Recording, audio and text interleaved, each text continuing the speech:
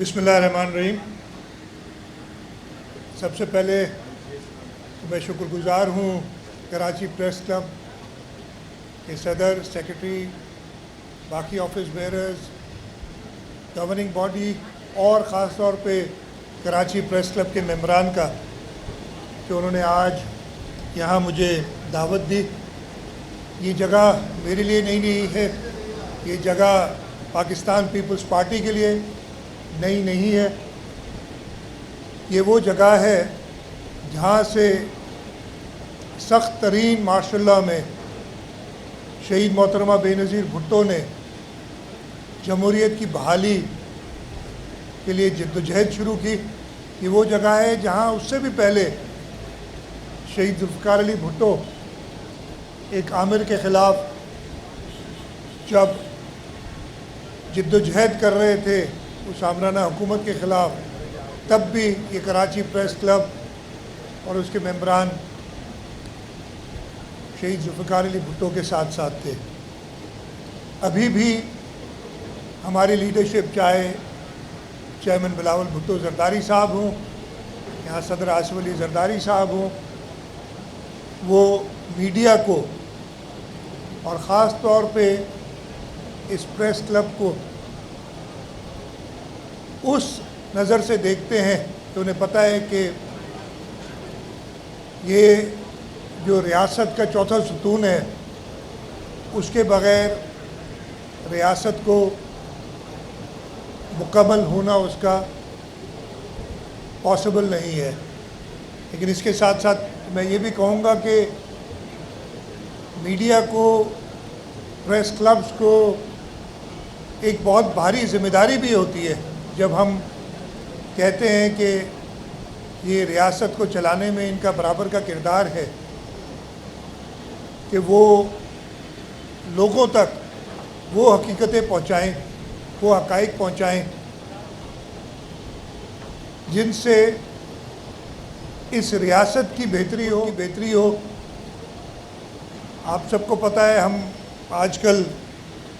کافی بات کرتے ہیں کہ پہلے تو ایک بڑا ہائی سٹینڈرڈ ہوتا تھا صحافت کا، وہ بھی ہے، صحافیوں کے بارے میں کوئی بات نہیں، لیکن اب مسئلہ یہ ہے کہ ہر ایک آدمی جس کے ہاتھ میں ایک موبائل فون ہے، ان قدائر کو جانے بغیر کہ صحافی کہلانے کے لیے آپ کو اپنا کتنا ذمہ دارانہ کردار ادا کرنا ہے، اس کے بغیر ہی وہ صحافی بن جاتا ہے۔ اور ٹیکنالوجی جس کے بہت زیادہ فوائد ہیں، اگر اس کو غلط استعمال کیا جائے تو اس کے نقصان بھی بہت ہوتے ہیں۔ تو وہ نقصان نظر آ رہے ہیں، اور اس میں میرے خیال سے آپ لوگ ہو سکتا ہے میری بات سے متفق نہ ہو،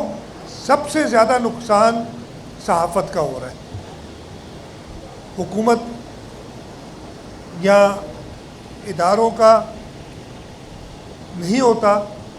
سب سے زیادہ نقصان صحافت کا ہوتا ہے، اس لیے کہ لوگوں کو اس صحافت پہ یقین، یعنی وہ جو سمجھتے ہیں کہ وہ بات عوام تک پہنچانی ہے،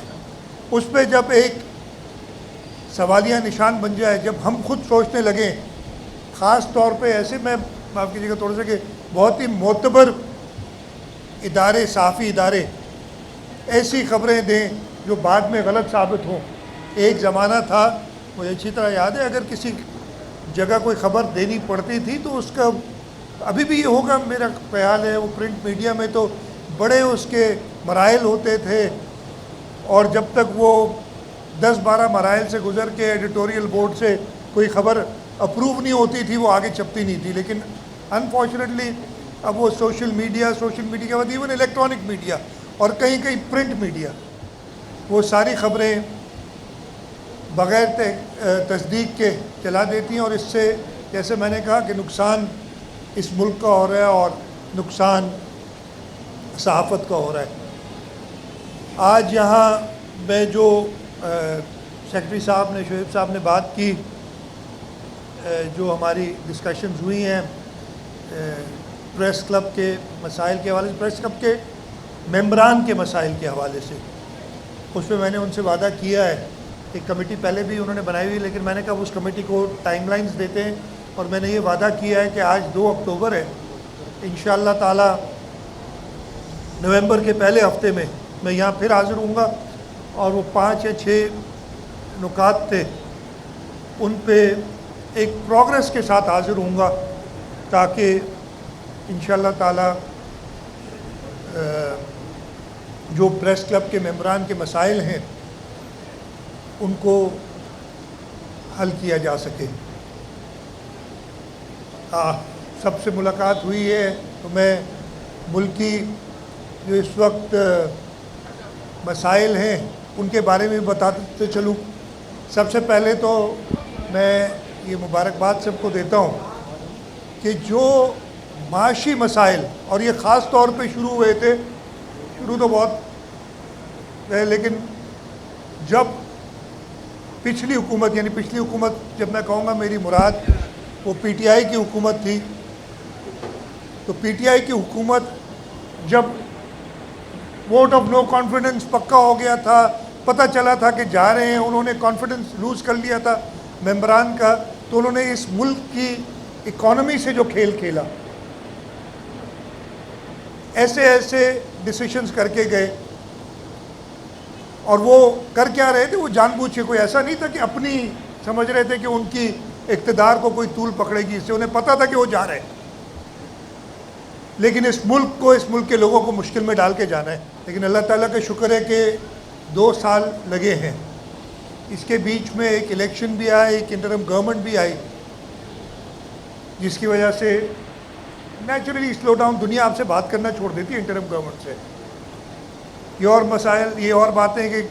آپ لوگ خود انٹرم گورنمنٹ کی کچھ چیزوں کو کہتے ہیں یہ تو بڑے اچھے ڈیسیشن تھے، اور باقی کہتے ہیں ان کو تو پاور ہی نہیں تھا، یہ پک اینڈ چوز نہیں ہونا چاہیے ان چیزوں میں، لیکن خیر انٹرم گورنمنٹ کی وجہ سے سلو ڈاؤن ہوا۔ لیکن اب مجھے پورا یقین ہے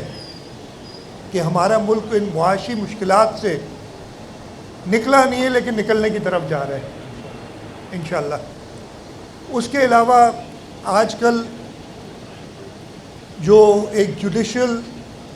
ریفارمز کی بات چل رہی ہے، میں زیادہ نہیں کہوں گا، میرے خیال سوالات بھی ضرور آپ کریں گے اس کے اوپر، لیکن اس ملک کی تاریخ ہے، آپ یہ نہ سوچیں پچھلے 1 مہینے میں کیا ہوا ہے یا 6 ہفتے میں کیا ہوا ہے۔ یہ شہید محترمہ بے نظیر بھٹو نے جب 2006 میں چارٹر آف ڈیموکریسی کیا تھا، اس کے اندر یہ ساری چیزیں جو آج بات ہو رہی ہے وہ بڑی واضح طریقے سے لکھی ہوئی ہے۔ اس کے اندر کانسٹیٹیوشنل کورٹس کی بات ہے، کیسے بنیں گی یہ بھی بات ہے کہ ہر صوبے کی برابر کی نمائندگی ہوگی۔ اس کے اندر ججز کی سلیکشن کی بھی بات ہے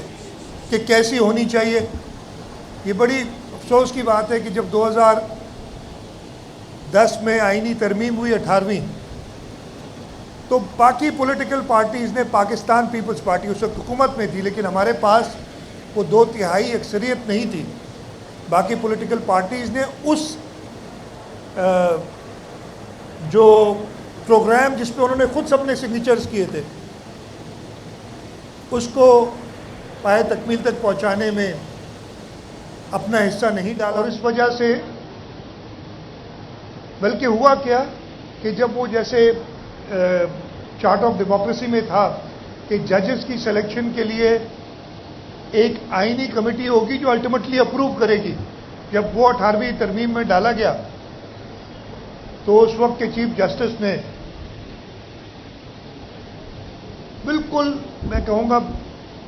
ایک آئینی ادارے کو، جس نے آئینی ادارہ بھی highest forum of the country, national assembly of Pakistan اور سینٹ پارلیمنٹ، اس کو انہوں نے لٹرلی بلیک میل کر کے، اور وہ ایسا بنا دیا سسٹم ججز کی سلیکشن کا کہ جس پہ آج تک وہ خود نہیں اتفاق کر سک رہے۔ مجھے یاد ہے میں ایک بار ایک judicial commission of Pakistan as law minister اس لیے کہ لا منسٹر نہیں تھے، ایڈوائزر ہوتے تھے، تو انہوں نے کہا جوڈیشل کمیشن میں وزیر آ سکتا ہے، ایڈوائزر نہیں آ سکتا. تو میں خود گیا تھا وہ ججز کی سلیکشن پہ. زیادہ ڈیٹیل آبویسلی میں نہیں بتا سکتا آپ کو، لیکن میں ایک چیز ضرور کہوں گا. میں نے جب ان کے جو ججز کی کنفرمیشن کی بات تھی سندھ ہائی کورٹ کے، تو سارے جو جج صاحبان بیٹھے ہوئے تھے، سینئر چیف جسٹس صاحب تھے، سینئر 3-4 ججز تھے، سندھ ہائی کورٹ کے چیف جسٹس تھے، وہ سب کے سب وہ 3 جج تھے جن کو انہوں نے کنفرم کرنا تھا یا ایکسٹینڈ کرنا تھا یا نوکری سے فارغ کرنا تھا. تینوں نے ان کی، سب نے نہیں، میجورٹی نے یا زیادہ لوگوں نے ان کی برائیاں کی کہ یہ غلط ہے، یہ غلط ہے، یہ غلط ہے، اس کو کنفرم نہیں کرنا چاہیے. تو جب میری باری آئی تو میں نے کہا کہ میں زیادہ اور کچھ نہیں ہوں، آپ لوگوں کا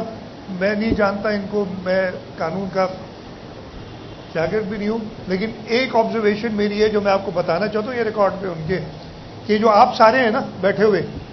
ان کو سیاست دانوں نے سلیکٹ کیا تھا.